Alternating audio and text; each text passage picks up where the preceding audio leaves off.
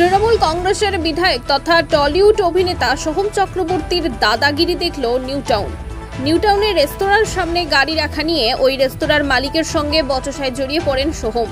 অভিযোগ, রেস্তোরাঁর মালিককে মারধর করেন অভিনেতা এবং তৃণমূল বিধায়ক সোহম চক্রবর্তী। পরে সিসিটিভি ফুটেজ প্রকাশ্যে আনেন রেস্তোরাঁর মালিক। সিসিটিভি ফুটেজে স্পষ্ট দেখা যাচ্ছে রেস্তোরাঁর মালিককে মারধর করছে বিধায়ক সোহম। সূত্রের খবর, সোহমের শুটিং চলাকালীন রেস্তোরাঁর সামনে অভিনেতা এবং শুটিং নিউটাউনের গাড়ি রাখা ছিল। এখানে শুটিং করতে দেওয়া ছিল, এখন আমরা শুটিং এর অ্যালাউ করেছিলাম। আমি এসছি, এখানে পার্কিং নিয়ে অসুবিধা ছিল, আমার স্টাফদের সঙ্গে মারপিট করলো। সোহম নিজে আমার গায়ে হাত দিল। এমএলএ সোহম আমার চোখের এখানে ফুটিয়ে দিয়েছে, প্লাস আমাকে এখন পুলিশ কিভাবে নিয়ে যাচ্ছে, ঠিক আছে, থানায় নিয়ে যাচ্ছে উল্টো করে। কারণ হচ্ছে বলেছে আমি অভিষেকের বন্ধু, আলাম অভিষেক জানি না, আমার রেস্টুরেন্টের ব্যবসা হচ্ছে, একটা গাড়ি পার্কিং ঠিক করতে বলেছিলাম। পুলিশ নিয়ে যাচ্ছে কেন? পুলিশের অফিসার রয়েছে জিনু, আমার কোনো রকম নেই, এক পয়সা ফাইন্যান্সিয়াল ডিল নেই। তারপরেও বলছে সোহম হুমকি দিচ্ছে একদিনে রেস্টুরেন্ট বন্ধ করে দেবো।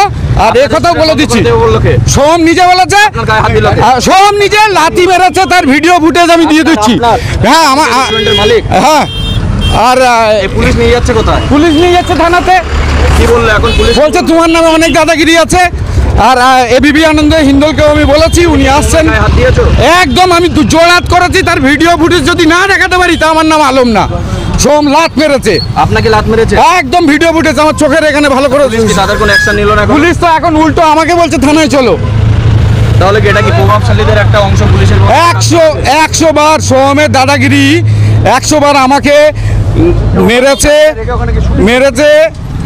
ফুটেজ রয়েছে, আমার ছেলেদের ধরে ধরে মারছে, বলছে বন্ধ করে দেবে রেস্টুরেন্ট, হুমকি দিচ্ছে।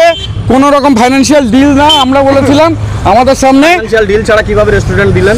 আমরা ফ্রি অফ কস্টে দিয়েছি, একজন সেলিব্রিটি আসছে আছে শুটিং করে না। ওই লোকাল থানাকে জানিয়েছিলেন? এটা আমি তো এখানে থাকি না, আমার ম্যানেজার, ওকেই দায়িত্ব দিয়েছিলাম। মোস্ট প্রবাবলি জানানো হয়নি। এখন কি পুলিশ থানায় নিয়ে যাচ্ছে? হ্যাঁ, পুলিশ থানায় নিয়ে যাচ্ছে। রেস্তোরাঁর মালিকের দাবি, একটা পার্কিং খালি করতে বললে হঠাৎই সোহম চক্রবর্তীর নিরাপত্তারক্ষীরা তার উপর চড়াও হন।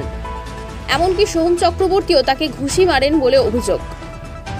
চণ্ডীপুরের তৃণমূল বিধায়ক ও অভিনেতা সোহমের অবশ্য দাবি, অভিষেক বন্দ্যোপাধ্যায়ের নামে গালাগালি করছিলেন বলে ওই রেস্তোরাঁর মালিককে তিনি 3-4টে চড় মেরেছেন।